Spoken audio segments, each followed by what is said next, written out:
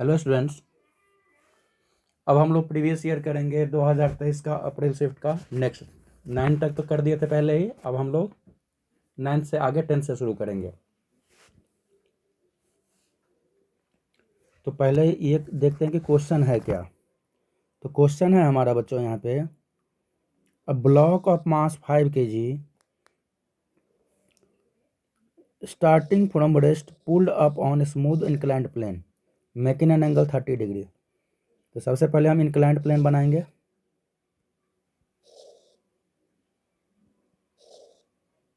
ये हमारा inclined plane है। कितना एंगल बना रहा है ये? 30 डिग्री। और यहाँ पे हमारा एक ब्लॉक है जिसका मास है m और m दे रखा है हमारा 5 kg। इनिशियल ये रेस्ट में है। इनिशियल वेलोसिटी कितना हो गया? 0। अच्छा, साथ ही साथ कितने टाइम तक खींचा जा रहा है फोर्स F लगा के? इसको F फोर्स लगा के t हमारा 10 सेकंड तक खींचा जा रहा है ये।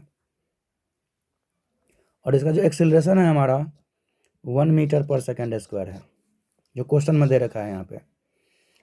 तो पावर डिलीवर्ड पूछा जा रहा है। पावर हमारा क्या होता है बच्चों? F dot v. जिधर जिधर फोर्स लगा रहे हैं उधर ही वेलोसिटी होगा ना।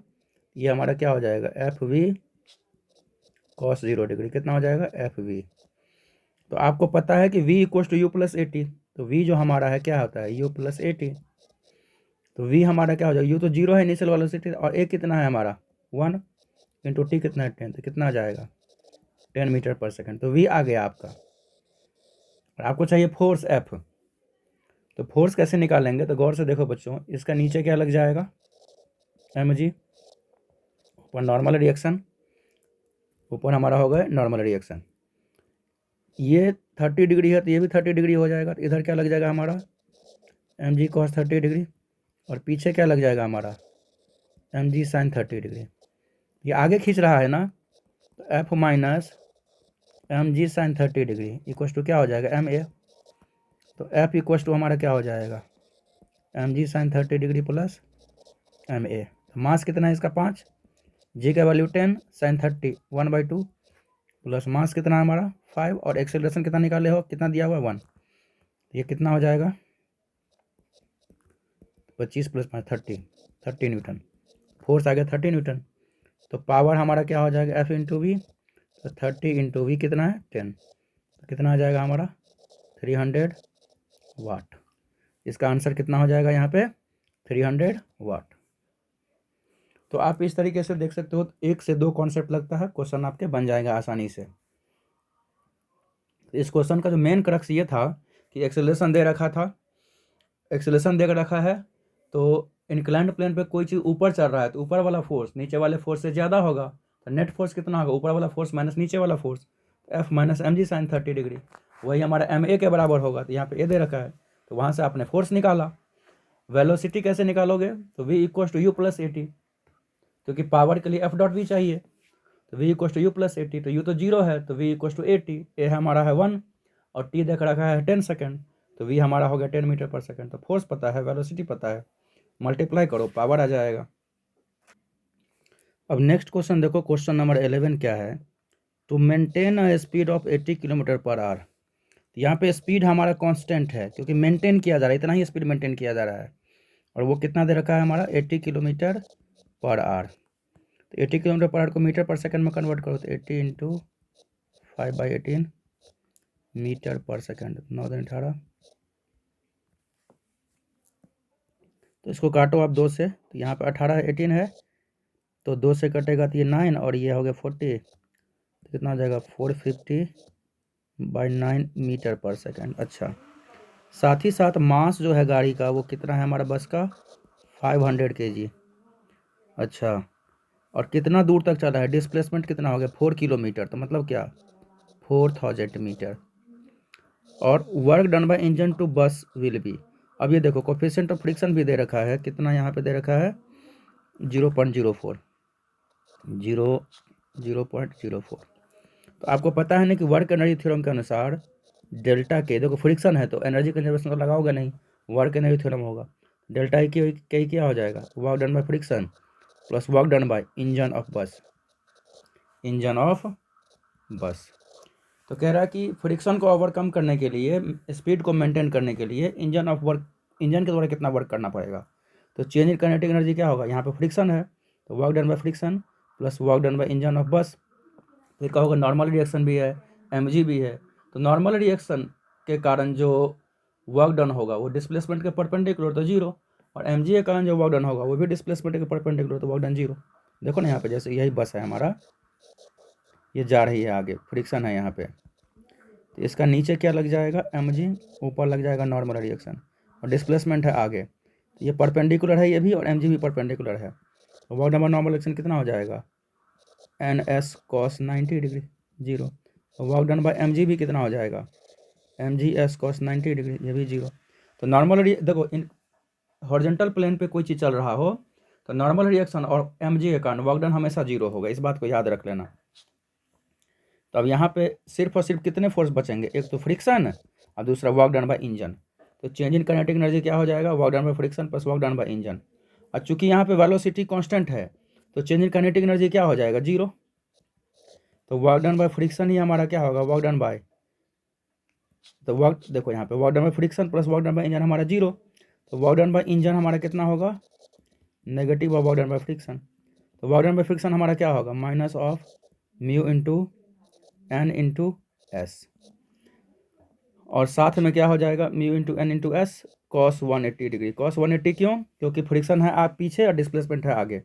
ये कितना हो जाएगा, minus mu N s, cos 180 कितना हो, -1, तो माइनस माइनस कितना होगा, प्लस, तो म्यू एन एस, यही वर्क डन बाय इंजन होगा। म्यू का वैल्यू कितना है, 0.04। नॉर्मल रिएक्शन हमारा यहाँ पे किसके बराबर है, नॉर्मल रिएक्शन mg के बराबर है। तो मास कितना है 500, g का वैल्यू लो 9.8, और डिस्प्लेसमेंट कितना आ रहा है हमारा 4000 मीटर। तो इसको सॉल्व करो आप, तो कितना हो जाएगा, पॉइंट हटाओ, नीचे 100, ये 2 जीरो, ये 2 जीरो गया, तो ये पॉइंट हटाओ, नीचे 10, ये जीरो और ये जीरो गया, तो कितना हो गया, 5 का 20, तो 20 इंटू 98 इंटू 400। तो सॉल्व करो तो ये कितना आ जाएगा हमारा, कैलकुलेट करोगे तो 8 चौक 32, 9 36 72, कितना आ जाएगा 784 2 3 जूल। मतलब क्या, 784, 3 जीरो हटाओ तो किलो जूल। तो ये हमारा वर्क डन आ जाएगा 784 किलो जूल। किलो जूल में है तो यहाँ पे भर दोगे 784। तो ये हमारा आ गया change in kinetic energy equals to, देखो कॉन्सेप्ट इसका क्या है, कॉन्सेप्ट इसका क्या है, वेलोसिटी कांस्टेंट रखा गया है।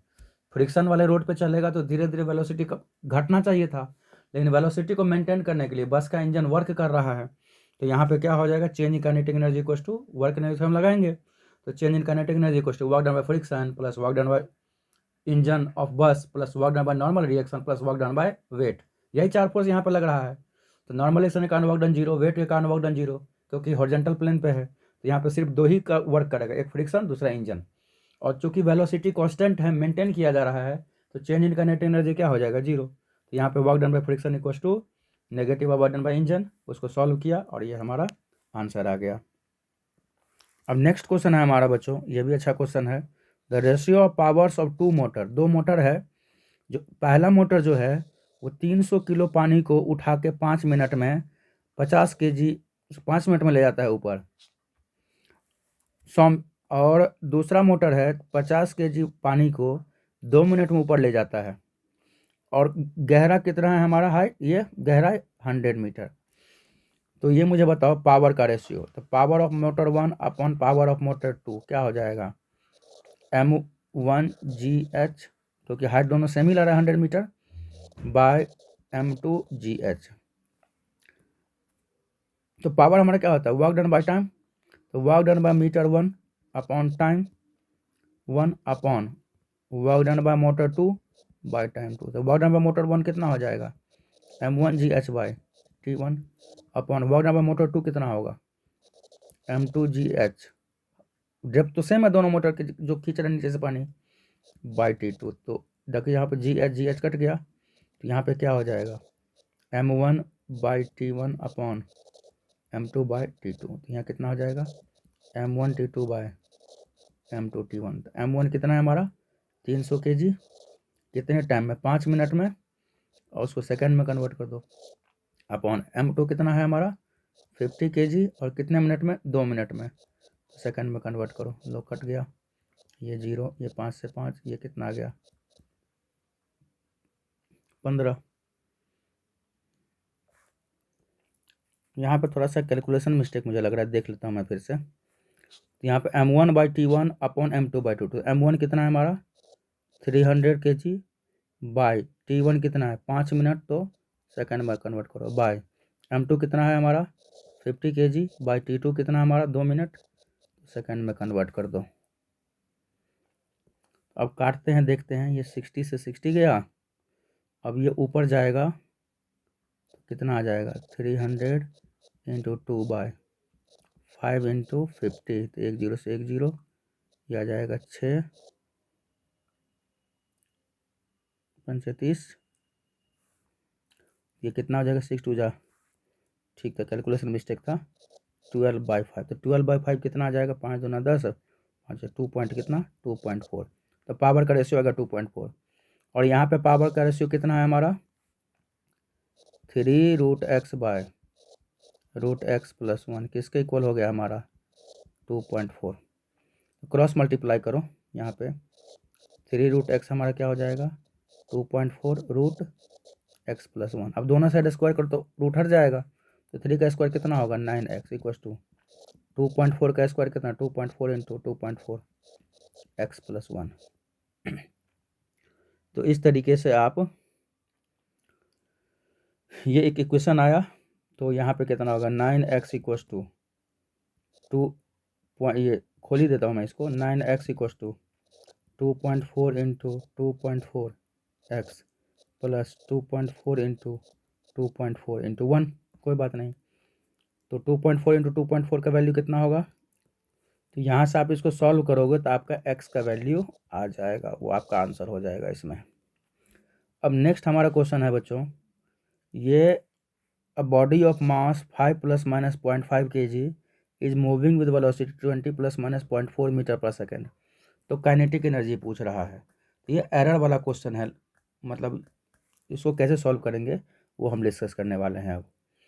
तो देखो क्वेश्चन नंबर 22 में है ना, कई जगह पे क्या है, नीचे में 3√x/√x+1 होल में है, और एक्चुअल क्वेश्चन जो है ना हमारा 3√x/√x+1 है, तो आप देखना यदि ऐसे सॉल्व करके आंसर आए मैच तो ठीक, और नहीं तो ये वैल्यू देके आप यहाँ पे सॉल्व करके देखना, आपको आंसर आ जाएगा। तो देखो बच्चों इसका सॉल्व कैसे करोगे क्वेश्चन नंबर 13 का, तो काइनेटिक एनर्जी हमारा क्या होता है mv²/2, तो एरर है ये, तो डी के ई क्या हो जाएगा बोलो 1/2 डिफरेंशिएशन ऑफ mv², तो कितना होगा 1/2 m into differentiation of v² plus v² into differentiation of m, ये कितना हो जाएगा 1/2 m, v² का डिफरेंशिएशन कितना हो जाएगा 2v dv plus v² into dm, यह हमारा आ जाएगा D K E.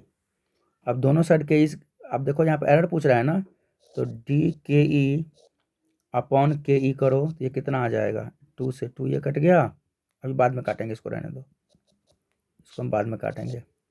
D K E by के ई क्या हो जाएगा, देखो ये 1/2 और 2 का तो मतलब है नहीं इसमें, तो कितना आ जाएगा dm/m प्लस 2 इंटू dv/v, क्योंकि dv के साथ क्या है 2 है ना, तो 2 इंटू dv/v। तो इस तरीके से आप डी के ई बाय काइनेटिक एनर्जी हमारा क्या हो जाए, काइनेटिक एनर्जी कितना होगा हाफ mv², तो काइनेटिक एनर्जी हमारा कितना हो गया 1/2, मास कितना है, मास कितना 5 और v कितना 20, तो यहाँ पे काइनेटिक एनर्जी कितना होगा ट्रू वैल्यू का देखो, तो 1/2 इंटू मास कितना है हमारा 5 इंटू वेलोसिटी कितना है 20 का स्क्वायर, 425 ये कितना आ जाएगा, तो काइनेटिक एनर्जी का ट्रू वैल्यू कितना होगा 1/2 into mass into velocity square, तो 1/2 इंटू 5 इंटू 20 का स्क्वायर कितना होगा 400, तो 200 इंटू 5 कितना हो जाएगा 1000, यहाँ से हम लोग ये कहेंगे d K E by 1000 equal to d m. तो चेंज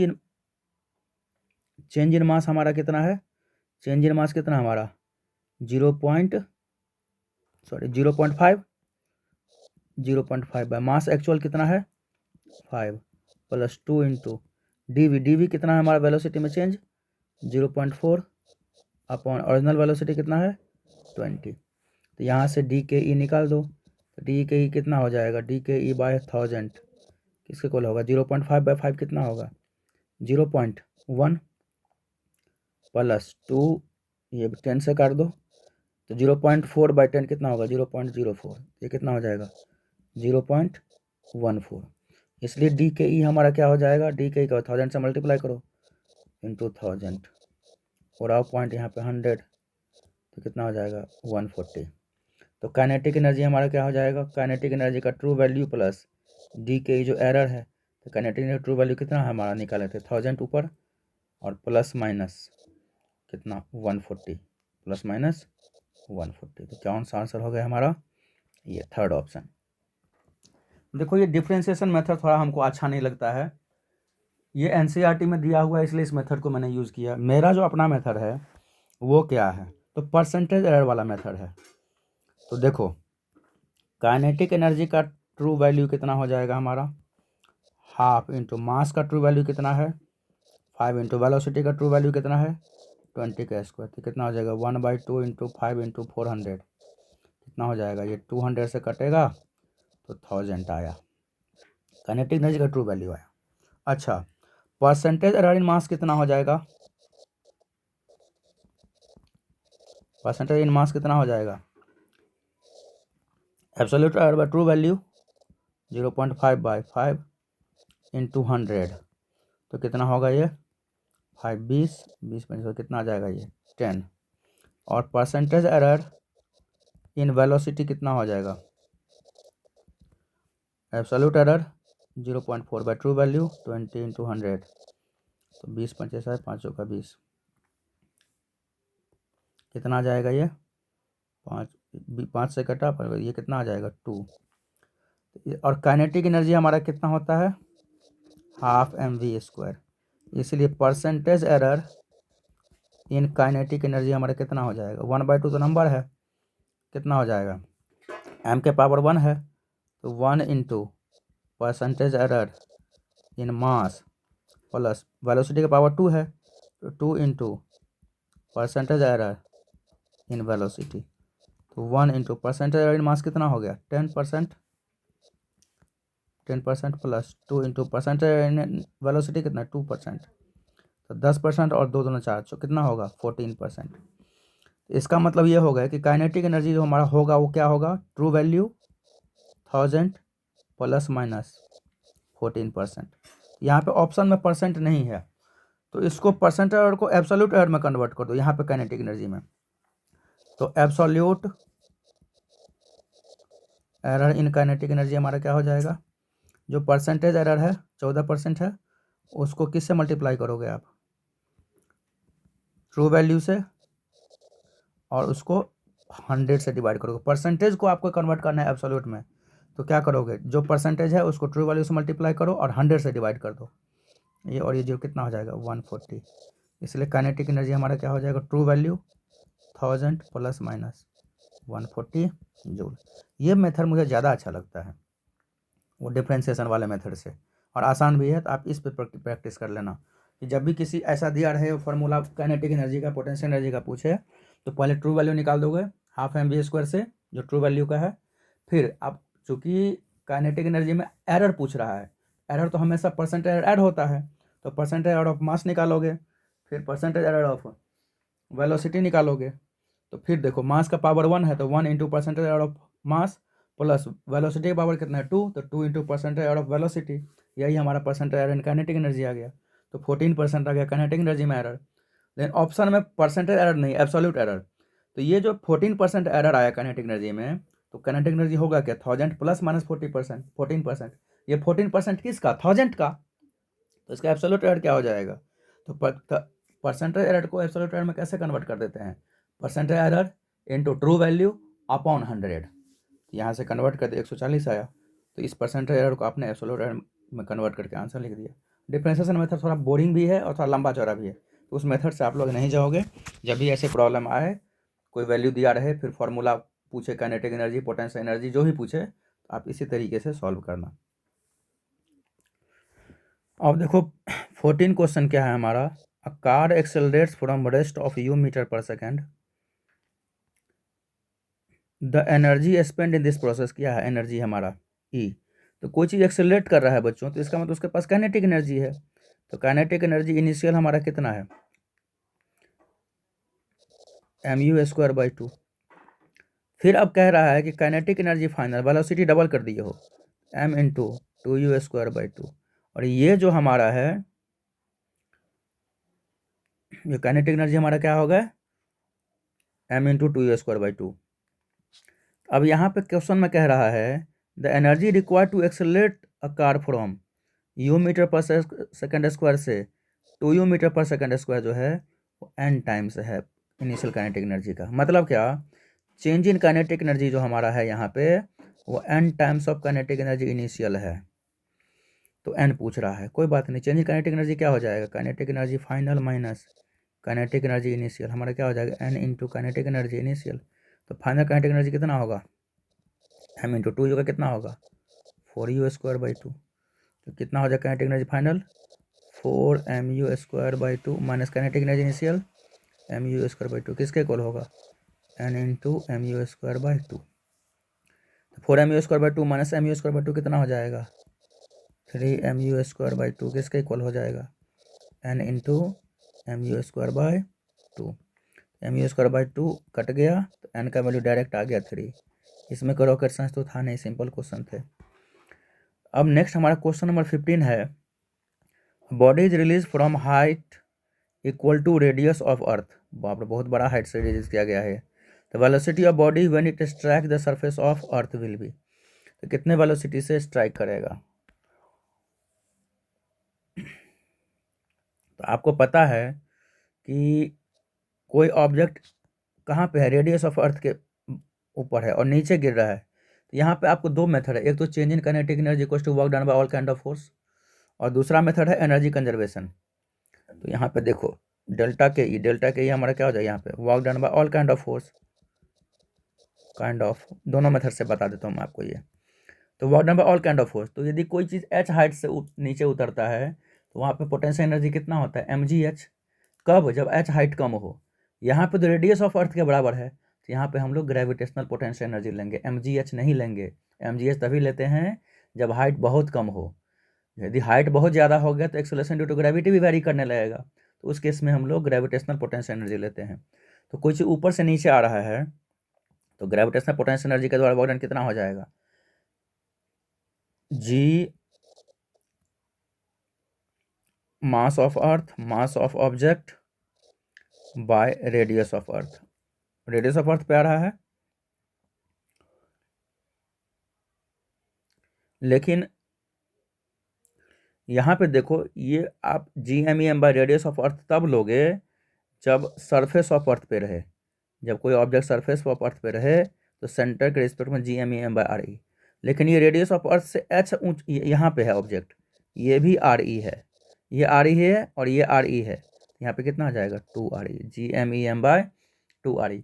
तो कोई चीज़ ऊपर से नीचे आ रहा है तो पोटेंशियल एनर्जी घटेगा, तो साइन यहाँ पे क्या लेंगे हम लोग, माइनस। तो डेल्टा के ही क्या हो जाएगा, kinetic energy final minus kinetic energy initial equal to क्या हो जाएगा, माइनस GMEM/2RE।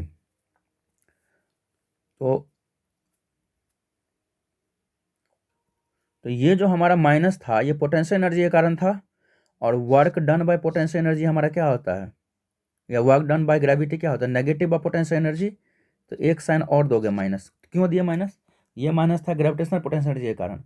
और आपको पता है कि work done by gravitational force क्या होता है, negative of change in potential energy. तो यहाँ भी माइनस डाल दिया, माइनस माइनस कितना हो जाएगा प्लस।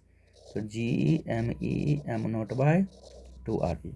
यहाँ पे चेंज इन काइनेटिक एनर्जी क्या होगा, kinetic energy final minus kinetic energy initial क्या हो जाएगा, GMEM/2RE। तो काइनेटिक एनर्जी फाइनल कितना हो जाएगा, m0 × v² 2। और इनिशियल काइनेटिक तो जीरो था तो रहने दो, कितना आ जाएगा GME m0/2RE। तो m0 से m0 कट गया, तो v square equal to cross multiply, ये 2 से 2 कट गया, तो GME/RE आ गया। तो v इक्वल टू हमारा क्या हो जाएगा √GME/RE, यही है। ऊपर RE से मल्टीप्लाई करो और नीचे RE से मल्टीप्लाई करो, तो वेलोसिटी कितना आ जाएगा √GME/RE/RE²। बोलोगे सर मल्टीप्लाई क्यों किए, क्योंकि ऑप्शन में वो है ही नहीं, एक्सेलरेशन ड्यू टू ग्रेविटी वाला ऑप्शन में है। तो GM/R² हमारा क्या हो जाएगा स्मॉल जी, देखिए जो कितना हो जाएगा √G/RE। तो कोई है ऑप्शन में यहाँ पे, टिक लगा दो ये। तो ये हमारा चेंज इन काइनेटिक एनर्जी आ गया। मेथड 2 हमारा है वर्क, ये एनर्जी कंजर्वेशन। तो देखो कहानी, अभी ये हमारा अर्थ है और इसका रेडियस मैंने मान लिया RE, और इतने ही हाइट पे एक ऑब्जेक्ट है m0, और ये हमारा मास ऑफ अर्थ। यहाँ पे पोटेंशियल एनर्जी इनिशियल हमारा कितना है, पोटेंशियल एनर्जी इनिशियल कितना है हमारा, पोटेंशियल एनर्जी इनिशियल हमारा हो जाएगा -GME m0/, ये डिस्टेंस कितना है सेंटर से 2RE, तो 2RE। और काइनेटिक एनर्जी इनिशियल कितना हमारा रुका हुआ था, तो 0। जब यहाँ पे आया तो पोटेंशियल एनर्जी फाइनल हमारा क्या होगा, अब सेंटर से कितना डिस्टेंस है RE, तो -GME m0/RE। और काइनेटिक एनर्जी फाइनल हमारा कितना हो जाएगा mv0² mass of object into velocity का स्क्वायर/2। तो आपको पता है कि टोटल एनर्जी कंजर्व रहेगा, तो एनर्जी एट ये पॉइंट ए माना, ये पॉइंट बी माना, टोटल एनर्जी एट ए हमारा किसका equal, total energy at B. तो यहाँ से भी आपको सेम आंसर आएगा। टोटल एनर्जी एट ए कितना है -GME m0/2RE equals to energy at B कितना है -GME m0/RE प्लस m0v²/2। अब इसको उठाकर यहाँ डालो, तो -GME m0/2RE, ये इधर जाएगा तो माइनस की जगह पे क्या होगा +GME m0/RE, यही हमारा हो जाएगा m0v²/2।